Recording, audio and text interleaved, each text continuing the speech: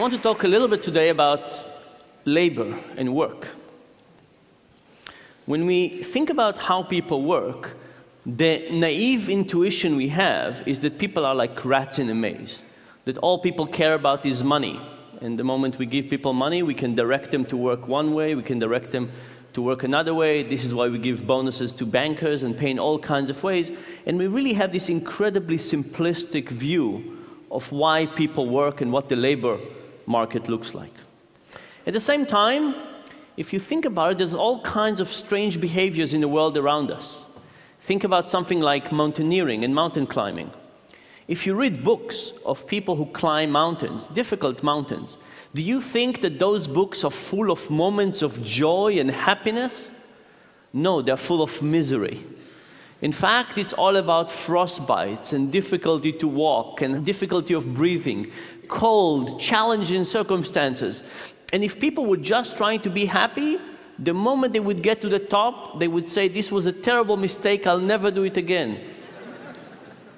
Instead, let me sit on a beach somewhere drinking mojitos. But instead, people go down, and after they recover, they go up again.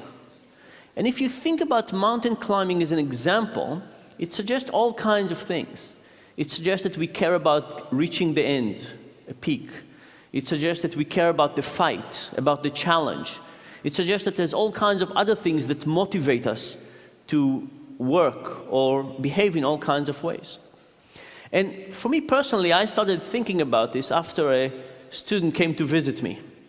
This was a student that was one of my students a few years earlier, and he came one day back to campus, and he told me the following story.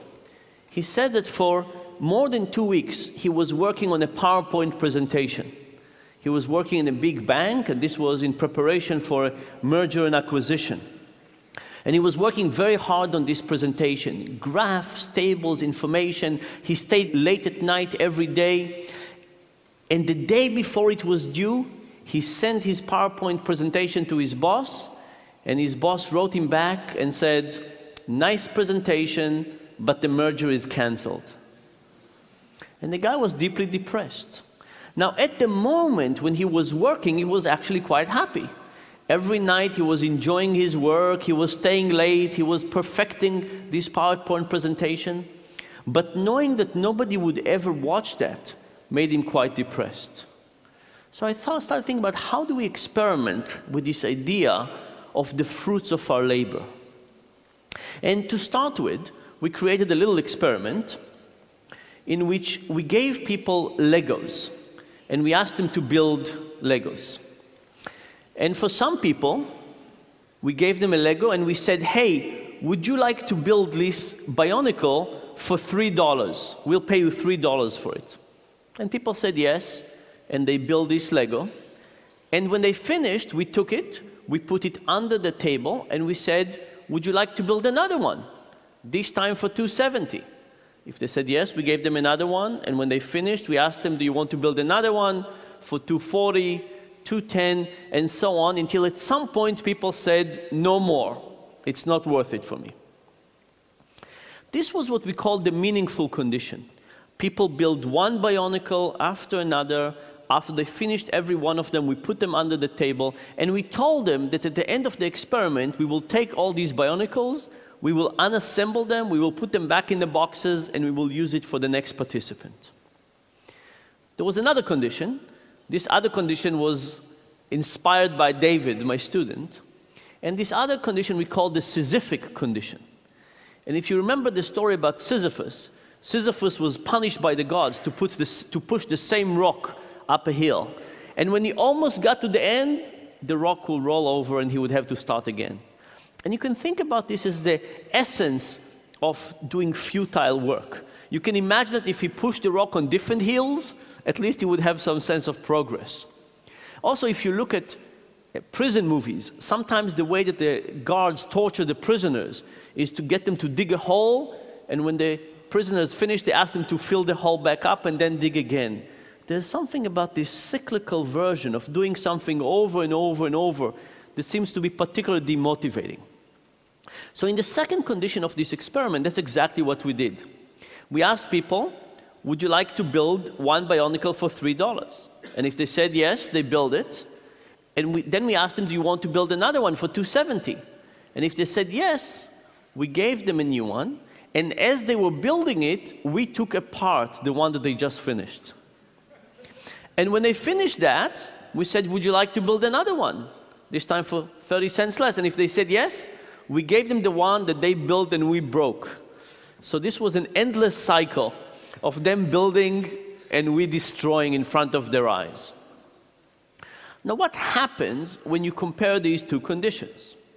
The first thing that happened was that people built many more Bionicles. They built 11 versus 7 in the meaningful condition versus the Sisyphus condition. And by the way, we should point out that this was not big meaning. People were not curing cancer or building bridges. People were building Bionicles for a few cents. And not only that, everybody knew that the Bionicles would be destroyed sooner, quite soon, right? So there was not a real opportunity for big meaning, but even the small meaning made a difference. Now, we had another version of this experiment. In this other version of the experiment, we didn't put people in this situation. We just described to them the situation, much I'm describing to you now, and we asked them to predict what the result would be. What happened? People predicted the right direction, but not the right magnitude. People who were just given the description of the experiment said that in the meaningful condition, people would probably build one more Bionicle. So people understand that meaning is important, they just don't understand the magnitude of the importance, the extent to which it's important. There was one other piece of data we looked at. If you think about it, there are some people who love Legos and some people who don't. And you would speculate that the people who love Lego will build more Legos even for less money, because after all, they get more internal joy from it. And the people who love Legos less will build less Legos because the enjoyment that they derive from it is lower. And that's actually what we found in a meaningful condition. There was a very nice correlation between love of Lego and the amount of Legos people built. What happened in the Sisyphic condition? In that condition, the correlation was zero. There was no relationship between the love of Lego and how much people built, which suggests to me that with this manipulation of breaking things in front of people's eyes, we basically crushed any joy that they could get out of this activity. We basically eliminated that. Soon after I finished running this experiment, I went to talk to a big software company in Seattle. Can't tell you who they were, but they were a big company in Seattle. And this was a group within this software company that was put in a different building, and they asked them to innovate and create the next big product for this company. And a week before I showed up, the CEO of this big software company went to that group, 200 engineers, and canceled the project. And I stood there in front of 200 of the most depressed people I've ever talked to. And I described to them some of these Lego experiments, and they said they have felt like they have just been through this experiment. And I asked them, I said, how many of you now show to work later than you used to? And everybody raised their hand. I said, how many of you now go home earlier than you used to? And everybody raised their hand. I asked them, how many of you now add not so kosher thing to your expense reports? And they didn't really raise their hand, but they took me out to dinner and showed me what they could do with expense reports. And then I asked them, I said, what could the CEO have done to make you not as depressed?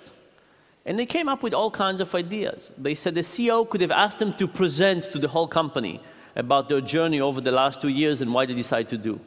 He could have asked them to think about which aspect of their technology could fit with other parts of the organization. He could have asked them to build some prototype, some next generation prototype, and see how they would work. But the thing is that any one of those would require some effort and motivation.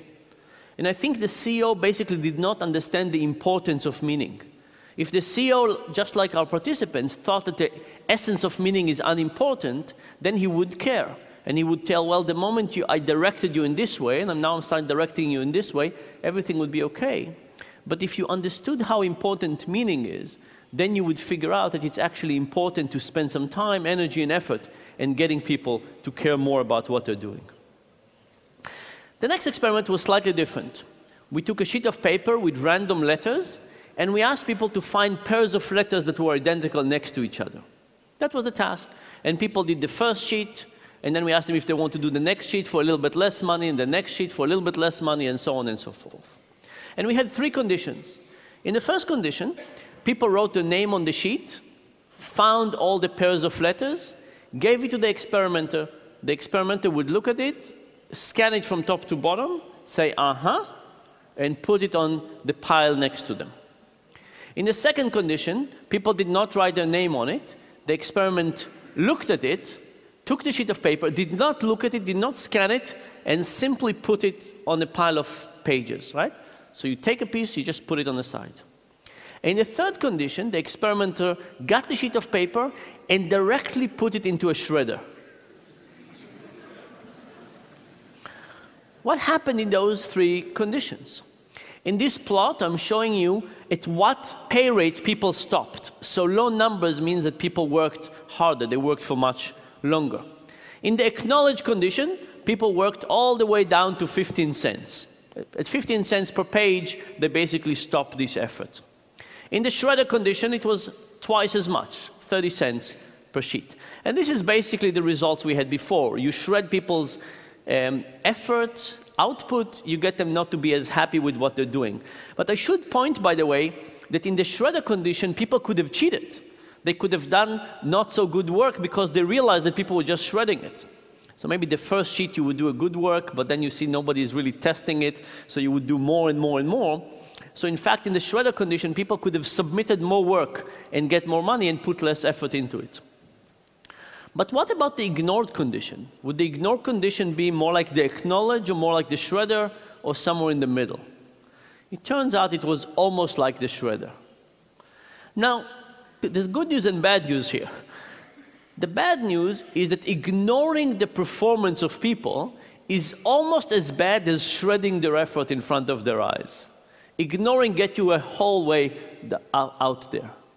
The good news is that by simply looking at something that somebody has done, scanning it and say, aha, that seems to be quite sufficient to dramatically improve people's motivations. So the good news is that adding motivation doesn't seem to be so difficult. The bad news is that eliminating motivation seems to be incredibly easy, and if we don't think about it carefully, we might overdo it. So this is all in terms of kind of negative motivation or eliminating negative motivation. The next part, I want to show you something about the positive motivation. So there is a store in the US called the IKEA. And IKEA is a store with kind of okay furniture that takes a long time to assemble. And I don't know about you, but every time I assemble one of those, it takes me much longer, it's much more effortful, it's much more confusing, I put things in the wrong way. I can't say I enjoy those pieces, I can't say I enjoy the process, but when I finish it, I seem to like those IKEA pieces of furniture more than I like other ones. And there's an old story about cake mixers. So when they started cake mixers in the 40s, they would take this powder and they would put it in a box and they would ask housewives to basically pour it in, stir some water in it, mix it, put it in the oven, and voila, you had cake. But it turns out they were very unpopular. People did not want them. And they thought about all kinds of reasons for that. Maybe the taste was not good. No, the taste was great. What they figured out was that there was not enough effort involved. It was so easy that nobody could serve cake to their guest and say, here is my cake. No, it was somebody else's cake. It's as if you bought it in the store. It didn't really feel like your own. So what did they do? They took the eggs and the milk out of the powder. Now, you had to break the eggs and add them. You had to measure the milk and add it, mixing it. Now it was your cake. Now everything was fine.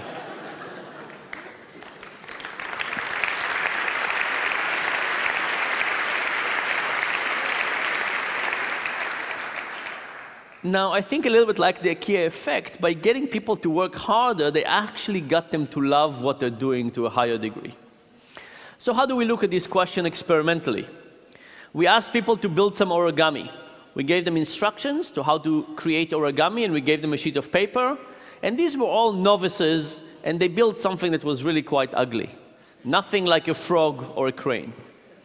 But then we told them, we said, look, this origami really belongs to us. You worked for us, but I'll tell you what, we'll sell it to you. How much do you want to pay for it? And we measured how much they were willing to pay for it. And we had two types of people. We had the people who built it, and we had the people who did not build it and just looked at it as external observers.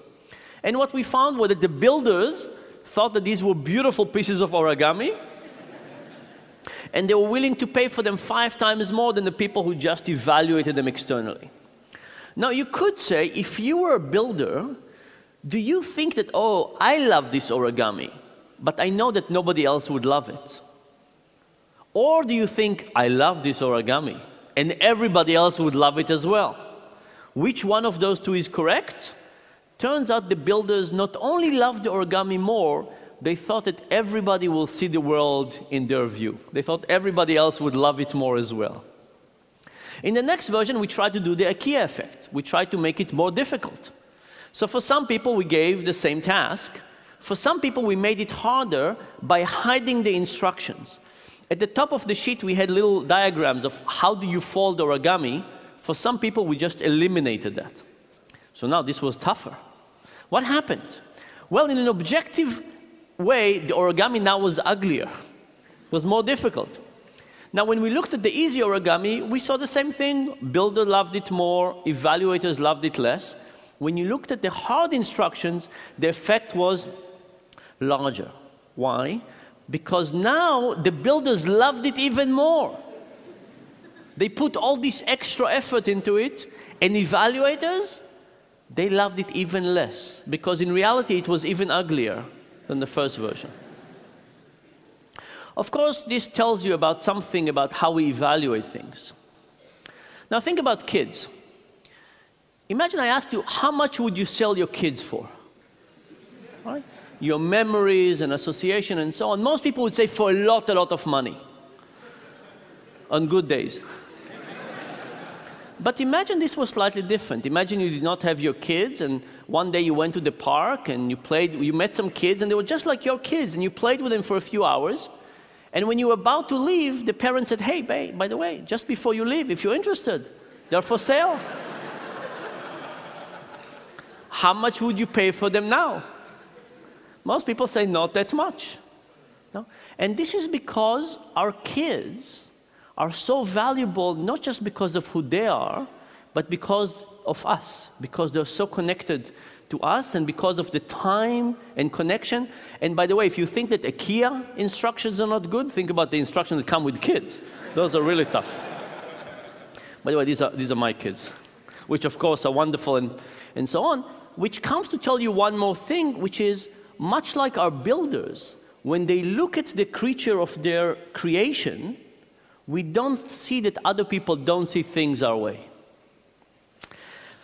Let me say one last comment. If you think about Adam Smith versus Karl Marx, Adam Smith had a very important notion of efficiency. He gave an example of a pin factory. He said pins have 12 different steps. And if one person does all 12 steps, production is very low. But if you get one person to do step 1 and one person to do step 2 and step 3 and so on, production can increase tremendously. And indeed, this is a great example and the reason for the Industrial Revolution and the efficiency. Karl Marx, on the other hand, said that the alienation of labor is incredibly important, and how people think about the connection to what they're doing. And if you make all 12 steps, you care about the pin. But if you make one step every time, maybe you don't care as much. And I think that in the Industrial Revolution, Adam Smith was more correct than Karl Marx. But the reality that we've switched, and now we're in the knowledge economy. And you can ask yourself, what happens in the knowledge economy? Is efficiency still more important than meaning?